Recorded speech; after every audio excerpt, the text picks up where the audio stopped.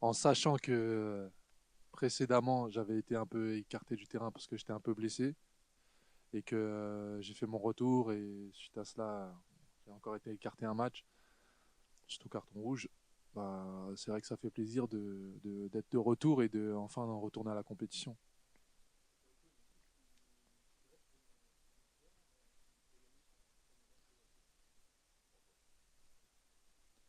Oui, après, ce qui prime, c'est le groupe. Donc, moi, je suis content qu'on ait notre première victoire. Et bah, je suis content de retourner dans cette équipe sur une bonne dynamique, du coup.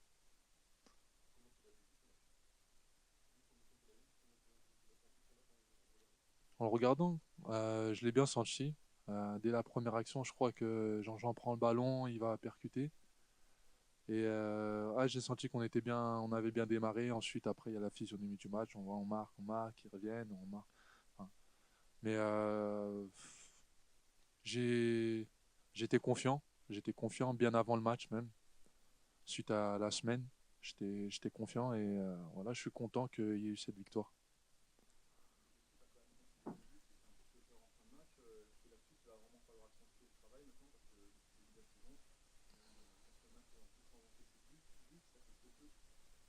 Bien sûr, bien sûr.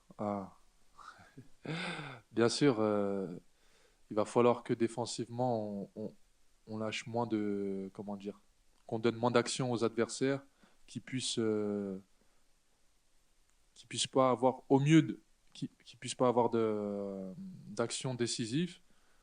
Et voilà, c'est vrai qu'il y a eu des erreurs, il y a eu des sauvetages aussi de matchs depuis le début d'année.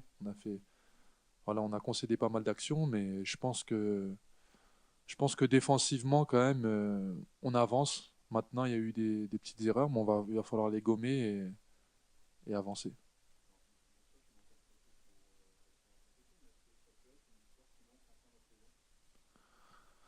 Oui, oui, ça peut être c'est une victoire qui lance notre saison entre guillemets parce qu'elle était déjà lancée, même si on perdait.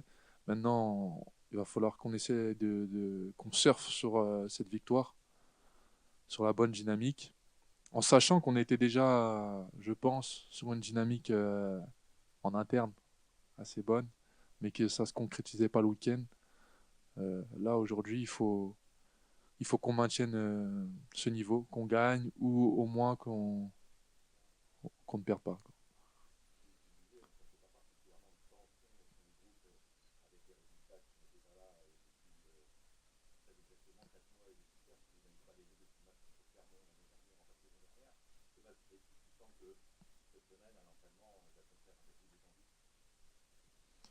Oui, je sens quand même que la victoire a fait comment on dit, nous a donné un peu de souffle, on va dire. Mais, mais après, on sait très bien que c'est qu'une victoire et qu'il reste beaucoup de matchs. La saison n'est pas encore jouée. Voilà, il y a des matchs à venir. On a tout devant nous. Donc la victoire nous a fait du bien, mais maintenant il va falloir continuer et gagner encore d'autres points.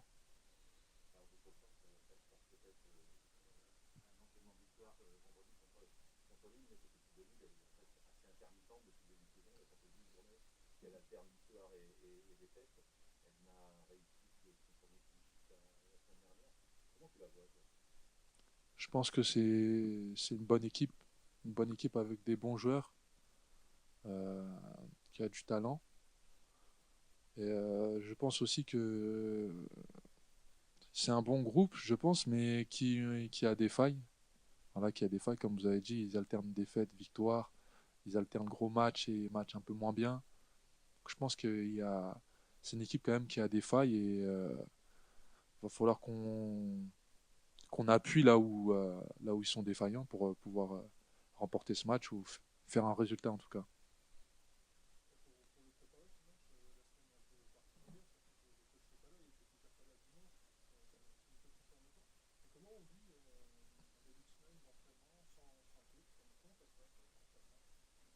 En sachant que le début de semaine était le début de semaine de travail, on va dire. C'était les lendemains de match. Euh, Généralement, on est très peu à l'entraînement, donc on fait pas grand-chose. On n'a pas fait une semaine normale. Ce que je veux dire, c'est qu'on n'a pas fait une semaine avec tout le groupe sur le terrain. Donc là, on était un groupe un peu plus réduit, ceux qui ont un peu moins joué.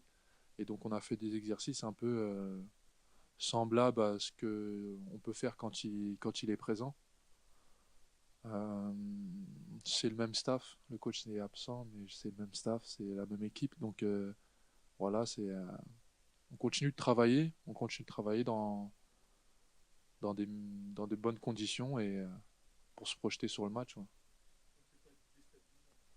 Non, c'est pas déstabilisant parce qu'on sait que malheureusement le coach est malade, mais on sait qu'il va revenir. On sait que bah, c'est le même staff, il y a quand même les mêmes. Ils ont quand même dans le staff des idées communes, je pense, pour travailler ensemble. Donc ils ont des idées communes. Donc du coup, en fait, ce qu'on fait à l'entraînement, ça nous change pas tellement. Ça nous change pas même. Et, euh, et du coup, bah, on souhaite juste que le coach revienne en meilleure santé, mais en ce qui concerne le travail, je pense qu'il n'y a pas eu de, ça nous a pas déstabilisé, nous en tant que joueurs.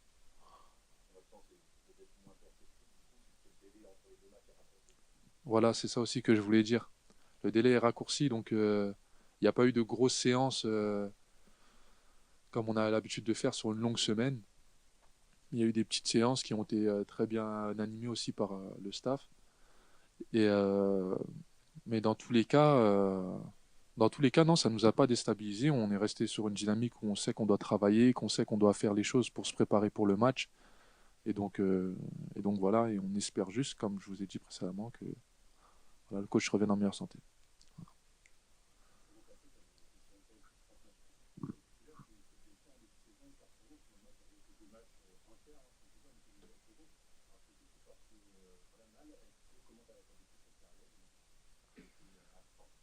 J'ai vécu cette période d'absence avec, au début, beaucoup de frustration parce que je suis sorti bah, du coup du groupe.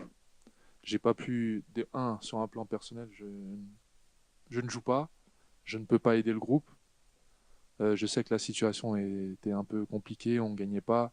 Donc, quelque part, tu regardes la télé, tu as envie d'être sur le terrain pour aider tes coéquipiers. Donc, à ce niveau-là, j'étais frustré. Et, et, mais après, avec le temps, bah, t'es obligé de te faire à l'idée, t'es blessé, guéris-toi. Guéris-toi et prends ton mal en patience pour revenir au mieux, en fait. Prépare-toi. Prépare-toi à ton retour. C'est comme ça que j'ai vécu ma blessure. Donc, voilà, je me suis préparé pour revenir dans de meilleures conditions. Et voilà, c'est sûr que je préfère être tous les jours sur le terrain et ne rien rater, mais maintenant c'est comme ça, j'ai raté ces quelques matchs. Euh, je pourrais pas les rattraper, mais en tout cas, il en reste encore devant nous, je pense, sur cette fin de saison. Et donc, l'objectif, c'est de faire au mieux et d'enchaîner les matchs.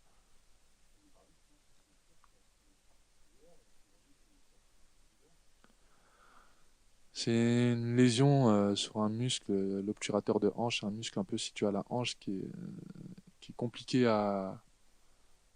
C'est compliqué, je pense, de se blesser là, mais c'est une blessure qui arrive quand même par moment, d'après le doc. Et c'est aussi une blessure qui est un peu compliquée à soigner, du coup, parce que comme elle est profonde et qu'elle est à l'intérieur de la hanche, enfin du muscle de hanche, bon, on peut pas le masser, on peut pas faire grand-chose, c'est juste un peu de la mobilisation et laisser le corps faire les choses. Donc c'était complexe, mais bon, ça va. Aujourd'hui, ça va mieux. Je m'étire, voilà, je fais les choses. Je me prépare en tout cas pour les séances, pour les matchs, avec les kinés ou le prépa, avec des exercices spécifiques. Et voilà, hein, tout va bien.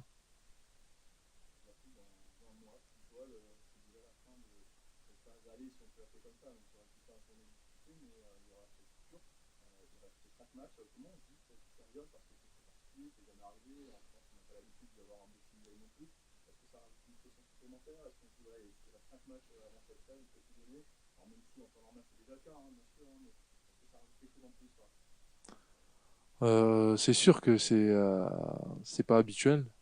Ouais, c'est la première fois, là, on se dit, il reste que déjà 5 matchs avant la trêve. ça vient vite, ça vient très vite même. Euh, on sait qu'on doit engranger le plus de points possible, mais après, ça, c'est, comme tu l'as dit, c'est habituel. Donc voilà, on va essayer de faire au mieux. Maintenant, c'est vrai que on n'a jamais eu de Boxing Day, ça va être très spécial et il va falloir se préparer en conséquence. Mais je pense que la meilleure façon d'entamer, de repartir après les vacances sur une bonne dynamique, c'est de bien terminer, on va dire, cette première partie. Bonjour.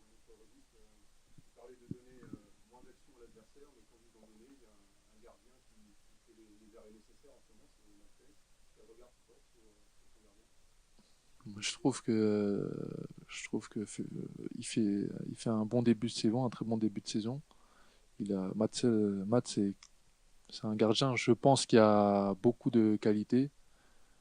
Bah, il nous le démontre au quotidien et surtout bah, dans les matchs où c'est décisif. Donc je pense que toute l'équipe peut dire on est content de lui, on est content pour lui parce que quelque part ça le fait briller. Et, euh, et c'est bien pour ça que je pense qu'il est international belge aussi. Donc non, je pense qu'on est tous d'accord pour dire que c'est un très bon gardien et qu'il nous aide beaucoup. Donc on lui dit merci parfois après les matchs. Donc,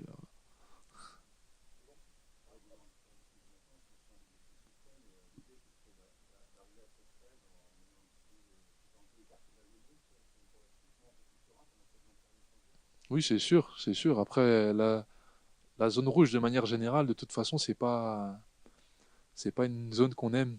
Donc, c'est une zone qu'on essaie d'éviter le plus possible. Maintenant, on n'est pas très loin aujourd'hui. On va tout faire pour partir on va dire, en vacances. Si c'est que dans 5 semaines, avec le plus de sérénité possible, partir dans le calme. Et, mais ça passe d'abord par des victoires, je pense, et des gros matchs. Et voilà, il y en a un des vendredis, donc il va falloir s'y mettre des vendredis pour pouvoir continuer la dynamique positive. Justement, c'est ce que je disais avec Jerzy Noniamsi tout à l'heure qui vous a précédé, c'est que cette victoire pourrait en fait libérer votre équipe. La libérer, je ne sais pas, en tout cas, lui donner encore de confiance, mais aussi voilà, l'ambition de voir encore mieux, de progresser. C'est bien d'avoir gagné, mais je pense que ce match-là, on aurait pu le gagner avec encore plus de justesse et en ne se faisant pas peur les minutes. Voilà, donc c'est bien évidemment une action, mais il y a toujours une analyse à faire dans le match. Bon, voilà, il y avait suffisamment normalement dans ce match-là pour le gagner et encore. Juste pour parler concrètement de cette absence, comment tu as dirigé le match finalement, puisque tu étais devant ta télé, est-ce que tu as quand même pu distiller des consignes, est-ce que tu as pu faire une causerie d'avant-match, même si sans être physiquement présent? Écoute, moi j'ai senti les premiers snaps à Angers samedi soir. Ça fait difficile.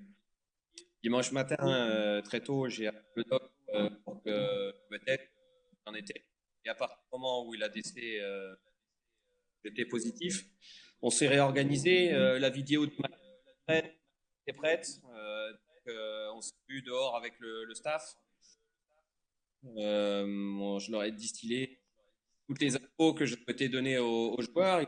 Il le relais de manière très brillante et très spontanée. Moi, j'ai souhaité rester dans la chambre d'hôtel et pas partir et pas rentrer sur, pour voir le match. Pour pas perturber notre fonctionnement habituel, on a pu rester en contact avec Rudy pour leur apprendre comment ça se passe habituellement. Moi, j'ai en contact avec Jean-Marc au téléphone. Donc bien sûr on a échangé, on a partagé sur Hervé, sur les choix à faire en cours de match. J'imagine que c'était un immense soulagement de voir Matsel se faire un arrêt déterminant, la 91e devant Doumbia. Ouais, ouais, il y avait un petit peu d'émotion, il y avait un peu d'énervement de se faire peur comme ça alors qu'on était en maîtrise. Et bien sûr aussi, voilà, la joie de se dire, tiens, c'est en train de tourner et la réussite, elle est de notre côté à ce moment-là. Mais il n'y a pas que la réussite, il y a aussi le talent de Max. Voilà, il a fait un arrêt, oui, de haut niveau, comme il en a déjà fait plusieurs depuis le début. Tu peux nous détailler le protocole que tu vas suivre là dans les prochains jours? J'imagine que tu vas te faire tester assez rapidement de manière à peut-être être sur le banc vendredi, voire diriger, si c'est possible, la dernière séance. Complètement, je me ferai tester demain avant la dernière séance. Si tout est OK, je serai sur le terrain demain. Et je serai bien évidemment sur le banc vendredi. Et encore positif demain, bah, je rentrerai et je referai un ultime test le vendredi pour espérer être sur le banc.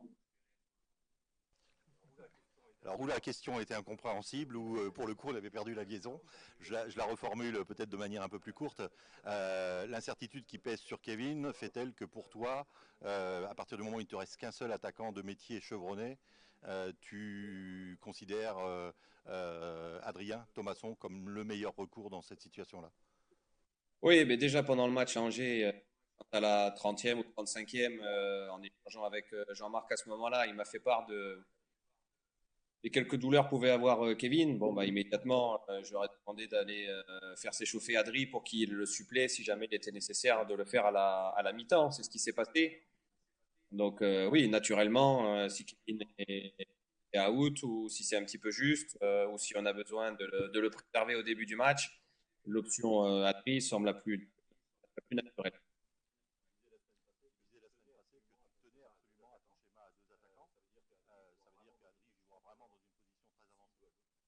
Non, ça veut dire qu'on s'adaptera au style des joueurs. Voilà. Je vous ai dit la semaine dernière que si on n'en avait pas deux, on s'adapterait. Donc voilà, il n'y a pas de difficulté. On met toujours les joueurs dans les meilleures conditions possibles par rapport à leurs caractéristiques pour qu'ils puissent s'exprimer au mieux. Voilà, donc après, dans l'animation, ça peut apporter quelques modifications, mais aussi certainement des avantages qu'il faudra trouver. Vous affrontez une équipe de Lille évidemment dangereuse qui alterne les victoires et les défaites depuis 8 journées. Qu'est-ce que tu penses de cette formation? Ouais, si je dois la résumer rapidement, c'est une équipe joueuse, dynamique et agressive. Voilà. Et agressive dans le bon sens du terme, avec et sans le ballon. C'est vrai qu'il y a quelques matchs où ils ont perdu, mais notamment leur match à Lille, à Lorient, pardon, où ils ont été très très performants. Et c'est un match où ils ont eu suffisamment de situations et suffisamment de qualité dans le jeu pour pouvoir l'emporter. Moi, en termes de niveau, je la mets à peu près à égalité avec Rennes. Voilà, en termes de qualité de jeu, qualité de joueur, je les mets à ce niveau-là. Donc voilà, c'est un gros morceau qui arrive. Mais c'est bien de pouvoir l'aborder en ayant gagné le dernier match. Ils restent sur une victoire importante évidemment pour eux dans le derby. Tu imagines qu'ils arrivent le vent dans le dos, à contrario qu'ils aient laissé beaucoup d'énergie dans ce duel dimanche soir? Ça, on verra vendredi, je sais pas. Forcément, c'est un match important pour eux dans leur saison. On connaît l'importance des derbies. Après, chaque match a sa vérité, ça sera différent. Ce qui est clair, c'est que dans l'intensité, il faudra qu'on fasse un gros match et qu'on franchisse encore plusieurs caps, ça c'est clair. Parce que c'est une équipe vraiment intense, vraiment agressive. Donc voilà, pour pouvoir lutter avec elle, il va falloir déjà rivaliser à ce niveau-là. Julien, vous parlez justement de passer des caps. Depuis le début de la saison, votre équipe n'a fait qu'une seule fois un clean sheet. Est-ce que, alors pour gagner, il faut marquer des buts et c'est peut-être plus important de gagner un 4-3, mais est-ce qu'aujourd'hui il y a aussi la nécessité derrière de verrouiller un petit peu plus et trouver un équilibre défensif? Ouais, après, un équilibre, oui, j'ai pas l'impression qu'on soit complètement déséquilibré depuis le début de saison. Si je reprends le match d'Angers, bon, le premier but, c'est un but magnifique, hein, qui est marqué par Adrianou avec un super enchaînement, même si on peut certainement faire un peu mieux dans la couverture. Et jusqu'à la 88e, il y avait eu assez peu de danger dans le but. Par contre, il faut que les moments un petit peu plus faibles dans les matchs arrivent à mieux les gérer sans se retrouver confronté avec des grosses situations pour l'adversaire. Donc, il est davantage là, l'axe de travail, l'axe de progression pour joueurs, même si il est possible que vendredi, ils nous posent des difficultés et qu'ils créent du danger, c'est clair, avec le talent offensif qu'ils ont. Mais je n'ai pas le sentiment qu'on soit complètement déséquilibré à ce niveau-là. Bien au contraire, hein, il y a encore 2 matchs, on est à la 7e défense. Donc voilà, il y a la preuve que, et on l'a évoqué plusieurs fois ensemble, qu'on avait une certaine solidité défensive. Ouais, absolument, vous avez raison. Mais là où, enfin, sur les points améliorés, on le voit depuis le début de la saison, c'est peut-être cette défense en zone sur les coups de pied arrêtés où là, on a quand même un petit peu de mal côté Strasbourg. On a pris le but là ce week-end au Angers. Oui, on avait concédé un but également à Montpellier. Euh, et on ne fait pas partie des équipes loin de là qui sont les plus en difficulté sur ce phase de jeu-là, en tout cas en termes de statistiques. Donc on peut toujours faire mieux dans tous les domaines, c'est sûr. Faut être vigilant, agressif, engagé sur ces phases de jeu-là, a fortiori quand il y a de la qualité dans la frappe, comme c'était le cas à Montpellier, ou lorsqu'on se retrouve en fin de match avec un adversaire qui met encore plus de monde dans la phase de réparation pour revenir. Mais c'est une phase de jeu très importante, bien sûr, et oui, on peut toujours faire mieux.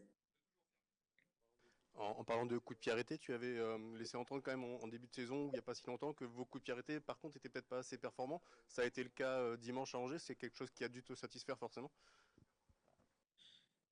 Oui, alors, bon, c'est bien, on a marqué 2 buts sur coup de pied arrêté. Après, faut bien analyser les choses. Le premier, il est bien, j'ai bien aimé parce que même s'il est dévié par le défenseur d'Angers, je trouve que dans les positions, on était bien et on a touché le ballon. Par contre, le deuxième but consécutif au coup franc centré de Sani, il est très clairement dû à une faute de main du gardien de but. Donc voilà, on a marqué 2 buts sur coup de pied arrêté. Mais après, il faut bien regarder comment on les a marqués. Mais il y a aussi quand même le coup franc de Sani qui amène, le corner en première période qui est bien tiré aussi.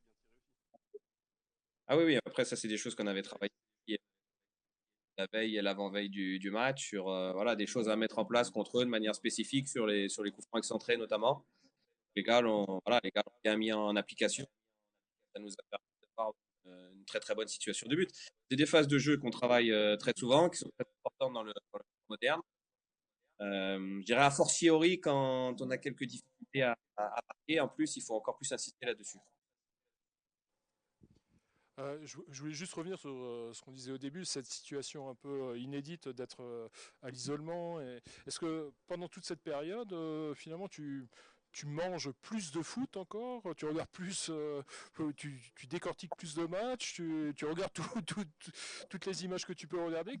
Est-ce que tu t'occupes comme ça Est-ce que tu ou étais en pas? état de le faire? Ouais. Est-ce que tu étais en état Ouais, ouais, ouais, ouais. Bon, après, c'est bon, hein, c'est le Covid, c'est une grippe, voilà, donc on s'en remet bien. Il y a une journée ou deux qui sont un petit peu difficiles, et puis ça va assez vite mieux. Oui, j'ai regardé bien sûr beaucoup de matchs de Lille sur les 3 derniers jours. Mais est-ce que je regarde plus que d'habitude? Non, parce que je regarde déjà beaucoup, donc voilà, j'en ai regardé de nouveau beaucoup. La séance de cet après-midi, par exemple, tu vas la suivre par caméra interposée ou tu vas la voir plus tard avec un Ouais, ouais, non, retour la avec séance de Mathieu et Jean-Marc? la séance de cet après-midi, elle a été préparée déjà depuis hier en fin de journée avec le staff sur côté mettre en place le thème.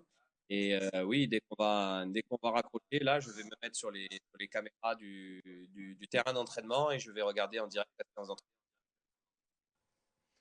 Et dernière chose par rapport à ça, c'est la première fois que tu vis ça hors suspension, où tu es quand même dans les tribunes, mais là, être absent du stade et absent de l'entraînement, c'est la première fois que ça t'arrive? Oui, c'est la première fois. Ouais, c'est la première fois. La chance habituellement de ne pas être trop trop malade et ça fait très très très longtemps que j'avais pas eu maladie. Bon, il se trouve malheureusement en quelques mois j'ai eu 2 fois le Covid et donc il faut s'adapter à ça. Julien, en début de séance, tu parlais de Matt Sels, qui a de nouveau fait des arrêts impressionnants à Angers et qui est certainement l'un des grands artisans de la victoire. Quel regard on porte sur un joueur qui d'année en année fait des saisons toujours meilleures? C'est forcément un gardien qui est courtisé. Qu'est-ce que tu peux nous dire à ce niveau-là? Il a prolongé cet été et il est toujours au Racing. C'est un top gardien. Ouais, je crois que les victoires elles sont toujours collectives d'abord. Et qu'ensuite, à travers les matchs, il y a des individualités qui ressortent. Voilà, Mats, oui, Mats a fait un terminal match. Il en avait fait un aussi important d'un quart d'heure, 20 minutes, opposant à Sima dans la surface de réparation. Ouais, c'est un gardien. Moi, ça fait maintenant 15 mois que je le côtoie. C'est un gardien décisif. C'est un gardien très travailleur, très, très, très, très travailleur. Et une capacité de travail qui est très, très au-dessus de la moyenne. Il a même besoin de ça au quotidien pour se sentir bien. On aura envie de lui dire calme-toi de temps en temps, fais-en un petit peu moins, protège-toi, mais j'ai le sentiment qu'il a besoin de ça vraiment pour être performant, se sentir bien dans son corps.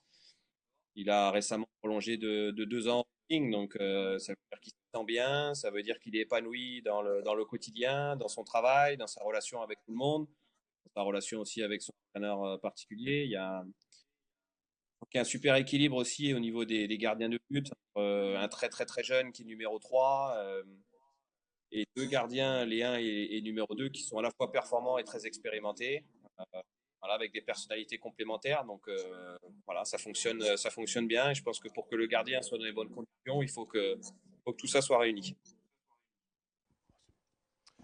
Ouais, juste pour revenir sur le match de Lille, dimanche à Angers, les joueurs étaient plus, on va dire, soulagés que contents. Et tout le monde disait déjà, tout le monde se projetait déjà sur ce match de Lille en disant bon, voilà, on a gagné, c'était important de débloquer le compteur. Maintenant, il va falloir enchaîner. Est-ce que c'est important d'avoir cet état d'esprit-là, de rester concentré sur le fait que vous n'avez finalement que 8 points et que beaucoup de choses restent à faire, quoi. C'est sûr, c'est très bon signe dans la mentalité. On a parfaitement conscience depuis le début de saison, on l'a dit à plusieurs reprises, que le nombre de points était insuffisant. Voilà. On ne rattrape pas le retard, mais par contre, qu'il fallait de pouvoir enchaîner, parce que les points perdus, ils sont perdus. Voilà, donc le groupe a confiance de ça, et bien évidemment qu'il a envie d'éventuellement pouvoir enchaîner contre un adversaire difficile, mais en tout cas, c'est la mentalité qu'il faut avoir dans la manière de se préparer, dans la manière de faire les choses. Voilà, pour tout de suite se remettre en mode compétition. Jerzy disait tout à l'heure que personne n'aime être dans la zone rouge. Là, la zone rouge, elle concerne 4 équipes. Le but, jusqu'à la trêve internationale, ça serait quoi? De prendre un peu sa distance sur cette zone rouge? Non, d'abord, si on regarde un petit peu le classement, ça fait que 10 journées qu'on est au quart du championnat. Il y a une confirmation que ça va être une lutte à peu près d'une dizaine d'équipes. On voit bien qu'entre entre le 10e et le 20e, pour l'instant, il n'y a pratiquement pas d'écart. Et je pense que voilà, cette lutte-là durera une bonne partie de la saison. Donc, voilà, et le principal, c'est d'être à la fin du championnat le mieux positionné possible, le mieux classé possible. Et la position à la coupure à la trêve internationale ne présagera rien de ce qui se passera en fin de saison, parce qu'il y aura encore plus de la moitié du championnat à jouer. Donc l'objectif jusqu'à mi-novembre et jusqu'à la coupure, c'est voilà, de faire les meilleurs matchs possibles, d'en prendre des points, voilà, d'être performant et de remonter au classement.